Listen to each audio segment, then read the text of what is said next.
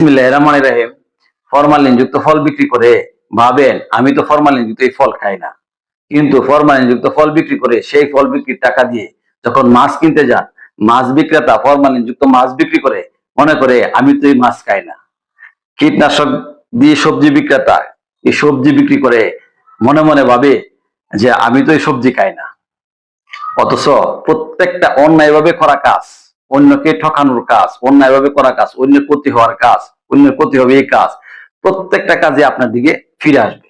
কারণ মহান সৃষ্টিকর্তা আল্লাহ, মহান আল্লাহ রাব্বুল আলামিন সূক্ষ্ম বিচারক, আপনি যা করবেন তাই পাবেন।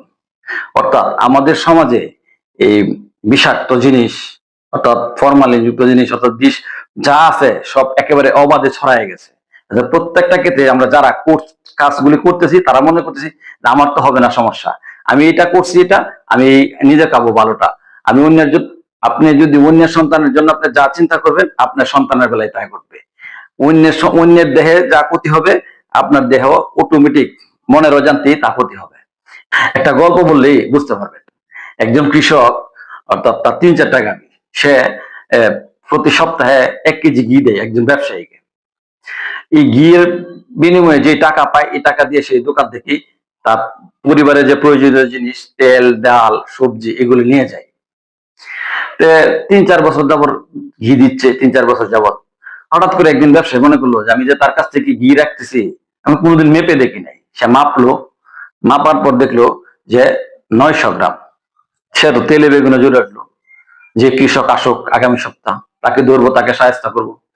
ঠিক 1 সপ্তাহ পরে কৃষক আসলো, আসার পর সে তেলে বেগুনে জ্বলে উঠলো, বললো যে তুমি বাটপার, তুমি চিটিং, তুমি আমার সাথে প্রতারণা করছো, তোমার কাছ থেকে আর ঘি রাখা যাবে না, তুমি আমার দোকানে আসবে না, তোমার কাছে আমি কোনো মালামাল বিক্রি করবো না। কৃষক তো বিব্রত অবস্থায় হতবিম্ব হয়ে গেল।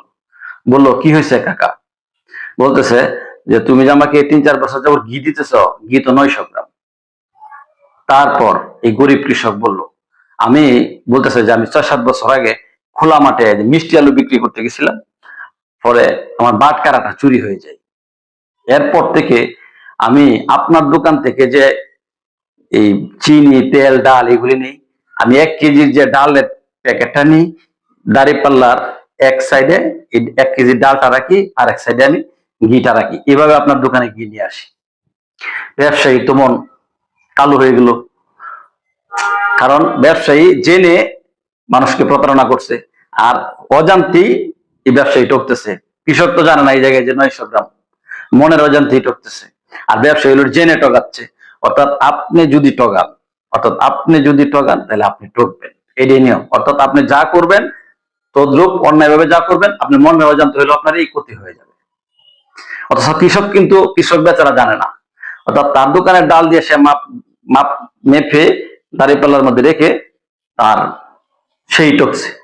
তাই কখনোই অন্যের সন্তানের বেলায় আপনি যা চিন্তা করবেন, খাবার দাবারের বেলায় অন্যের মানুষের সাথে অন্যের ক্ষতি হচ্ছে এরকম কাজ, অন্যের সন্তানকে ক্ষতিগ্রস্ত হচ্ছে এরকম কাজ, বা অন্য মানুষের ক্ষতি হচ্ছে এরকম কাজ, কারোর সাথে প্রতারণা, কারোর সাথে করা, এটা আপনি পাবেন, ঠকবেন। কারণ মহান আল্লাহ রাব্বুল আলামিন সূক্ষ্ম বিচারক। আপনি টুডে টুমরো আপনি যা করবেন তাই পাবেন।